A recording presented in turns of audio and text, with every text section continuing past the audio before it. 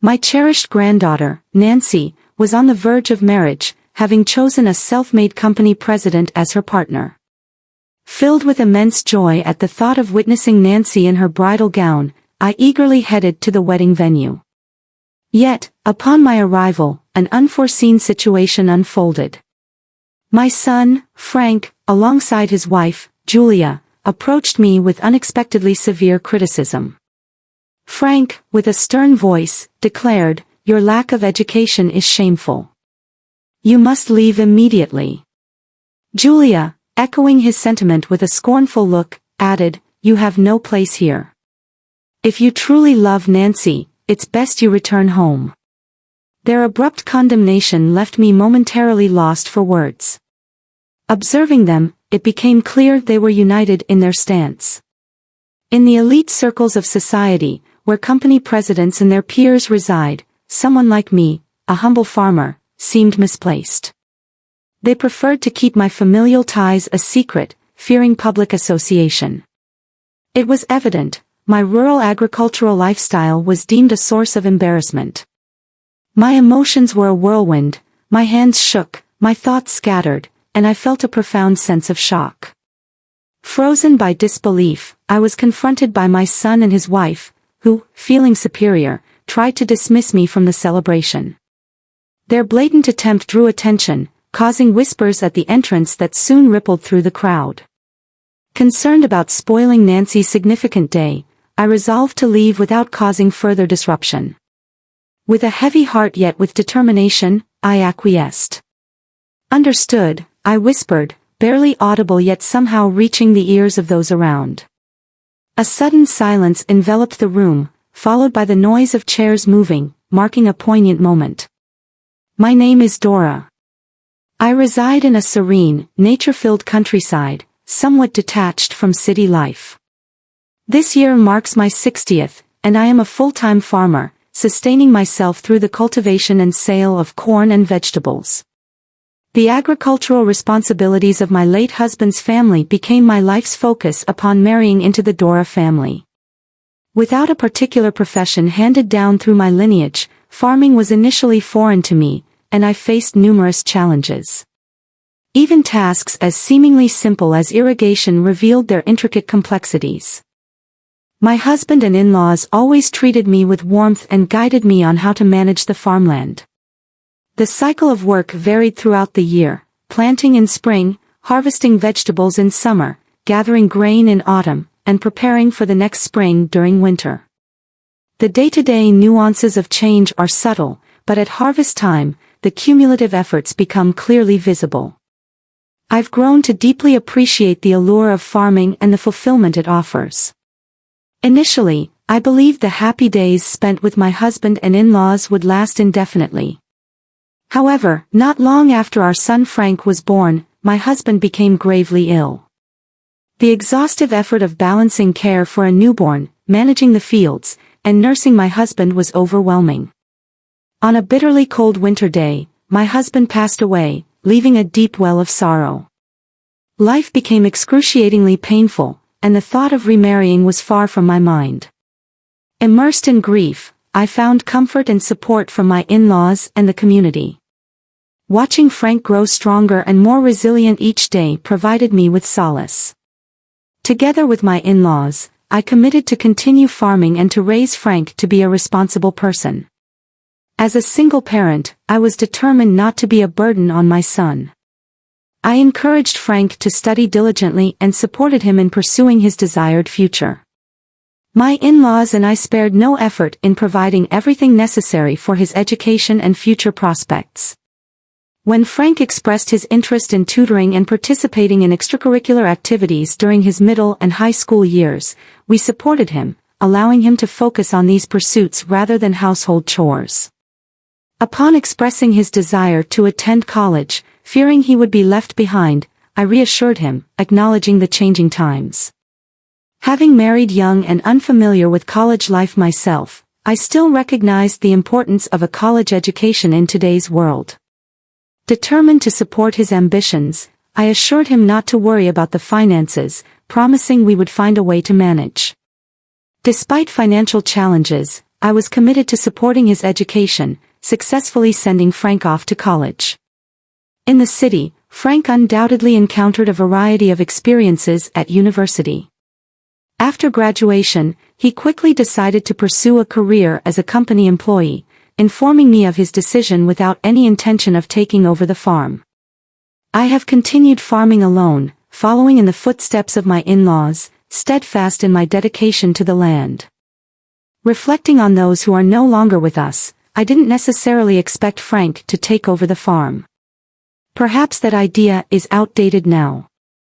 I've come to believe that it's best for Frank to forge his own path. While keeping my feelings to myself, I decided to fully support my son's choice. Years later, Frank unexpectedly announced his engagement to a woman named Julia, whom he met at his company. This news caught me off guard, especially since Frank rarely responded to my messages and never mentioned he was seeing someone. Despite my surprise, I wholeheartedly blessed their union. I recall Julia's first visit to our home, which coincided with a busy time in the farming calendar, right after sowing corn. Contrary to what I had hoped for in the woman marrying my son, Julia quickly judged our living room and my appearance. With a sneer, she remarked, "People from farming families usually have a lower education, don't they? That's why you live in a house like this, right?" Despite ensuring our home was tidy and dressing appropriately for her visit, our modest single-story house probably seemed unimpressive compared to the urban apartments Julia was accustomed to. Raised in the city by university-educated parents who were company employees, she likely found our farming lifestyle difficult to comprehend. "Yes, that's right.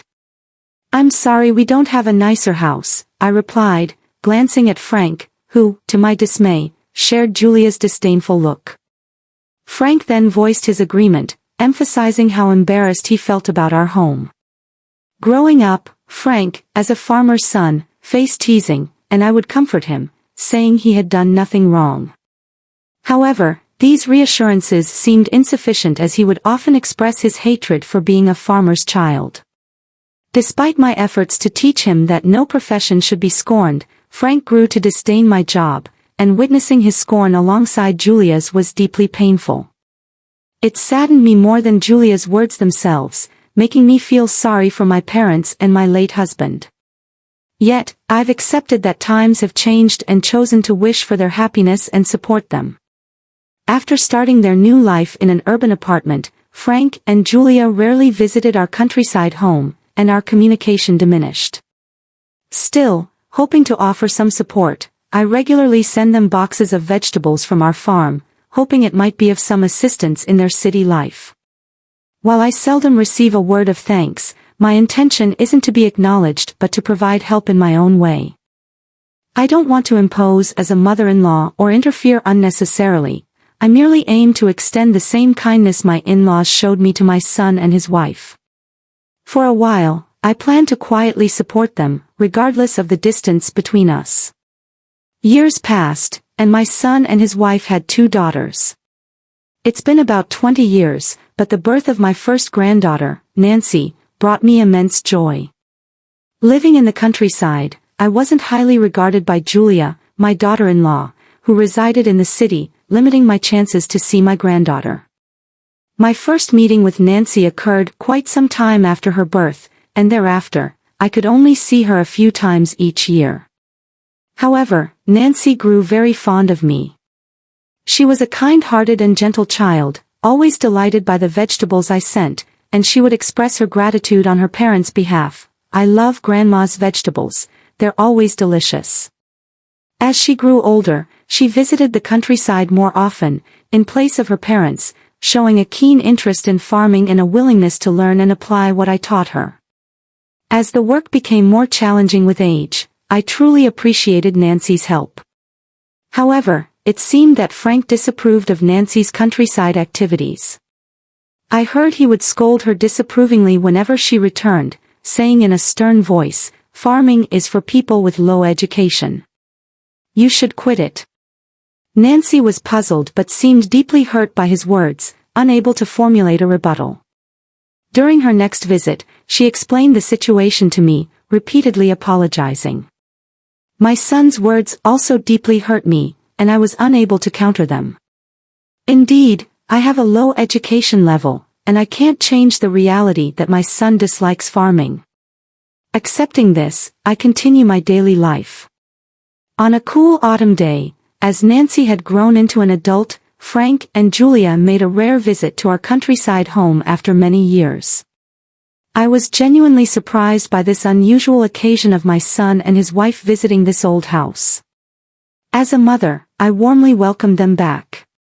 Frank and Julia seemed somewhat uncomfortable in this nostalgia-filled house. They carefully observed the surroundings and, while dusting off the living room sofa, sat down with a noticeable heaviness. They showed little interest in the tea I prepared with care, seemingly disapproving of it despite my efforts to clean the house daily and choose high-quality tea. It seemed their discontent stemmed from the house being in the countryside. Sitting next to such parents, Nancy looked like she wanted to speak but appeared apologetic. To ease the atmosphere, I gently inquired about the purpose of their visit. Nancy, visibly nervous and struggling to find the right words, seemed to be searching for a way to begin speaking, while Frank and Julia sat in silence, a quiet tension filling the air. When I encouraged her to speak again, Nancy finally opened up. "Actually, Grandma, I'm getting married." The news of my granddaughter's marriage was a very happy event for me. It's wonderful that Nancy has found someone to share her life with. Moreover, I was filled with gratitude that she chose to share such important news with me, despite the fact that we hadn't had many chances to meet. I offered my heartfelt congratulations. "Nancy, congratulations. It's such wonderful news." After a moment of silence, Julia leaned forward and began talking enthusiastically. "Listen, about Nancy's fiancé." Nancy's fiancé turned out to be a business owner, currently one of the most well-known figures in the industry. This marriage has led to Frank's company striking a deal with him, rapidly elevating Frank's status within the company, with a promotion also imminent. Julia proudly spoke of her efforts in making Nancy study from morning till night, taking various classes, and attending a good university as having paid off. She boastfully declared her belief that education enriches one's life. Next to her, Nancy seemed somewhat uncomfortable talking about her own marriage, appealing to me with her eyes, looking apologetic. I felt that Nancy's modest and kind demeanor must have captured her partner's heart. I gave Nancy a look signaling that everything would be all right. Afterward, Julia continued to talk incessantly for dozens of minutes. Once Julia's series of stories concluded, Nancy finally began to speak, getting to her original purpose. The main reason for her visit this time was to invite me to her upcoming wedding. While I smiled warmly at Nancy's excited demeanor, I was curious about Frank and Julia's reactions and watched their expressions. After Nancy asked me to attend her wedding, they frowned and began to express various opinions to Nancy. "Nancy, you shouldn't make such unreasonable requests to your grandmother," Julia emphasized, speaking fervently about the difficulties of my daily life, although she had never once seen my day-to-day life. "That's right, even traveling from the countryside to the city is tough," Frank began, explaining how difficult it would be for me to travel from our home to the wedding venue, based on his own experiences. "Plus, you have to get new clothes for the wedding. Don't make her do something difficult." His words implied the assumption that I didn't own formal attire. Their words superficially contained concern for my health and situation, but actually, it was clear they did not want me to attend the wedding. Because Nancy's fiancé is a business owner, the wedding is expected to be lavish, with many notable people attending. My everyday life, spending work clothes covered in mud from the rice fields, is the exact opposite of the sophisticated urban atmosphere they are accustomed to. They are probably concerned that having a grandmother who lives such a rural life might disrupt their daughter's special day. However, it seemed Nancy visited to tell me about her marriage out of her own strong desire. Although her parents were still hesitant, Nancy persisted in persuading them and asked for my attendance at the wedding. Nancy looked nervous but gathered her courage to ask, "Grandma, will you come to the ceremony?" while I was concerned about Frank and Julia's expressions. I couldn't miss my granddaughter's important moment. Of course, I'd be delighted to attend, I answered with a smile. Nancy's joy at my response was evident. I'll make sure it's an absolutely wonderful wedding, she promised, and then left my home. Despite some worries, I felt a sincere joy as I saw them off. On the day of the wedding, with the refreshing breeze of spring, I went to the venue alone. It seemed Frank and Julia were not interested in accompanying me. They had previously expressed concern about me, but in reality, there had been no discussion about accompanying me to the wedding or consulting about what to wear, especially since attire that matched the status of both families was expected at the wedding. Eventually, I researched the venue's location myself and got there by using public transport and taxis. Fortunately, the venue was a well-known location in the area, so the taxi driver had no issues arriving on time. As for my attire, I wore a formal beige dress that I had at home. Even though we are farmers, our family has a long heritage, and we own many quality clothes, so I believed my outfit was appropriate. Upon seeing me seated in the family area, Frank and Julia looked displeased, as if they hadn't wanted me to come. Their eyes seemed to convey, "I wish she hadn't come," or, "We can't complain about her outfit." Frank spoke in an apologetic tone, "It must have been tough for you today, Mom." I responded with a smile, "It's okay. It's a special day for my precious granddaughter." After that, Frank and Julia, as if nothing had happened, made a polite greeting to me and encouraged me to accompany them for the greeting rounds to the other guests. As Nancy's grandmother, I think I was able to greet everyone without embarrassment. However, I was left wondering if my son and his wife had forgiven me. Then, the long-awaited ceremony began, and the groom, Jack, whom I saw for the first time, was a fine young man who stood straight and wore his tuxedo splendidly. His demeanor of gently supporting a slightly nervous Nancy conveyed his sincere and warm character. Regretting not being able to greet Frank and Julia beforehand, I worried if being seen as an insincere grandmother would adversely affect Nancy. However, the warm smiles from the newlyweds made me feel that my concerns were unnecessary. Nancy seemed to have found a wonderful partner. Moreover, the ceremony itself was incredibly beautiful. The chapel was decorated with colorful flowers, and Nancy, in her pure white dress, being blessed by family and friends, was truly magnificent. I was moved to tears many times, and with the ceremony successfully concluding, only the reception remained. Before heading to the reception, I decided to stop by the restroom to freshen up. On my way to the reception venue, I approached Frank and Julia. "I'm going to stop by the restroom. We still have plenty of time, right?" "Yeah, there's still plenty of time, so take your time," Frank reassured, with his response. I headed to the restroom to fix my updo, which took a bit more time than expected, causing a slight delay. However, I arrived at the reception venue just in time for the start. To my surprise, music was already playing, and the venue was bustling with staff, creating a lively atmosphere. Feeling that something was off, I inquired with a nearby staff member about entering the reception hall. "Excuse me, is it okay to enter the reception now?"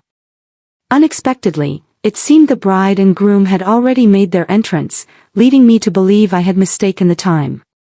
The staff, upon hearing that all attendees were supposed to be seated, hurriedly opened the entrance for me. Wanting to avoid any disturbance, I quietly made my way to my seat. That's when Frank and Julia appeared before me. Frank frowned, crossing his arms and looking at me sternly, then spoke with a tone of dissatisfaction. "Mom, what is the meaning of this? Being late to the reception?" My son's cold gaze caused my heart to ache slightly. "I'm sorry, it seems I got the time wrong," I replied, filled with sincere apology. However, Frank couldn't contain his irritation and lashed out. "Can't even read the time correctly. How hopeless. Can't someone with a low education manage time?" He continued, raising his voice further, "Having a low education is really embarrassing. Just go back home. Julia, listening beside him, added with a disdainful expression, mocking me. It's inappropriate for you to be here. For Nancy's sake, please leave. I was at a loss for words at their comments. I realized what Julia said was true for them. As a couple among the high social status of company presidents and their associates, me being a farmer's mother was deemed unfit by them. I could strongly feel their intention not to recognize me as a family member. My life as a farmer in the countryside was nothing but a source of embarrassment for them. My hands trembled, my mind was in turmoil, and I didn't know how to respond. In the midst of the tense atmosphere, I was deeply hurt by my son and his wife's actions, left speechless in this strange situation. Frank and Julia attempted to take me out of the venue, firmly grabbing my arm. Their actions drew the attention of nearby guests, and murmurs began to spread throughout the venue. It seemed their attempt was too conspicuous, making the situation clear to other attendees. Feeling that I might ruin Nancy's wedding, I resignedly replied to them quietly, "Yes, I understand. I will leave." My voice was soft, yet it seemed to reach the people in the venue. After a moment of silence, the sound of chairs being moved began to echo, and astonishingly, attendees started getting up one after another, preparing to leave. In particular, the groom's business associates and company executives seemed to be hastily leaving their seats. Confused by this sudden turn of events, Frank and Julia looked around, trying to grasp the situation, while I was surprised by this development. I looked towards the bride and groom. Jack and Nancy stood petrified in front of a luxurious golden screen, puzzled by the surrounding movement. Amidst this, the groom, Jack, walked towards me. From his expression, it was clear he had something important to say. Standing in front of me, Frank, and Julia, Jack began to speak with a serious expression. "Actually, we're all high school graduates, so we feel we don't belong here, and we'll be leaving the venue." I couldn't hide my surprise at his words and caught my breath. Frank and Julia were clearly shocked as well, their eyes wide open. Then, Jack shifted his gaze to me and began to speak about his life with a calm expression. His mother was in a similar situation to mine. Despite being academically excellent, she married into a farming family after high school. Like me, she lost her husband early and raised Jack on her own. She was a proud person who nurtured Jack with the crops she grew herself, instilling in him the value of being a farmer. Jack himself couldn't afford to go to college due to financial constraints but grew up watching his mother's back. It was a series of hardships, but with his innate effort, he achieved success in his work, earned the trust of those around him, and eventually became the president of a company. He built a business that values talented individuals, regardless of being high school graduates. As Jack finished his story, Nancy quietly appeared behind him. Her face was wet with tears, showing the struggle she faced in this difficult situation. It was understandable how she felt, seeing her parents and grandmother put in such a situation. However, with a determined expression, she raised her voice towards her parents. "Frank and Julia, education shouldn't matter here. Those who say such things don't belong in this place. Leave." The normally calm Nancy yelling at her parents for the first time shocked everyone present. Her tears seemed to be a mix of frustration and sadness. Her decision was clear, and her strong will was conveyed. Frank and Julia were astounded and visibly shaken, their eyes filled with confusion and shock. Julia tried to calm Nancy, but her anger did not subside, and she continued to give her parents a cold stare. In an attempt to calm Nancy, Jack gently embraced her shoulder and continued with an important statement. "From now on, I think we need to reconsider our business relations with Frank's company. After all, you'd want to avoid any association with just high school graduates, wouldn't you?" At that moment, Frank seemed to realize the gravity of the situation, showing an expression of deep anxiety. He didn't look at me or his still confused wife, Julia, but instead pleaded hastily with Jack. "Please overlook this matter. I beg you. He argued that this issue was based on personal feelings and shouldn't affect his company. However, neither Jack nor Nancy accepted his plea. In fact, the business relationship between the two companies was established starting with Nancy's marriage. Jack denied the possibility of continuing the contract, insulted by the derogation of employees with only high school diplomas. After a brief argument, Frank and Julia ended up leaving the venue. Afterwards, the reception resumed its peaceful course, continuing as if nothing had happened. Led by Nancy, I was able to take my seat without issue. Though I couldn't say I was entirely calm inside, I focused on wholeheartedly celebrating the newlyweds. Nancy, holding back tears, still managed to smile happily. Just seeing her expression warmed my heart. Her gentle smile made all the hardships of the moment worthwhile. What happened to Frank and Julia afterward is something I only heard through the grapevine. Apparently, they were put in a quite difficult situation. For one, the transaction with Jack's company was cancelled, which seemingly had serious repercussions for their business. I heard that Frank, who had been valued for his good relationship with Jack, was demoted due to the incident at the reception. The event likely spread throughout his company, possibly exacerbating his standing. Furthermore, the presence of company associates at the reception means the impact could be immeasurable. I decided that my relationship with Frank and Julia was beyond repair and stopped sending them crops as I used to. This might have been a significant blow to their household finances. The crops I provided were surprisingly expensive, sometimes becoming unaffordable depending on the season. In their household, they likely saved on the cost of these groceries I supplied and allocated it to other living expenses. Now, without my support, they probably find it challenging to maintain their previous standard of living. I heard that Julia, who had been a full-time housewife after their marriage, started a part-time job to support their living. It seemed like a tough transition for her, returning to work after such a long break. I continue my agricultural life in the countryside, unchanged. Daily, I diligently watch over the fields and enjoy the quiet dialogue with the plants.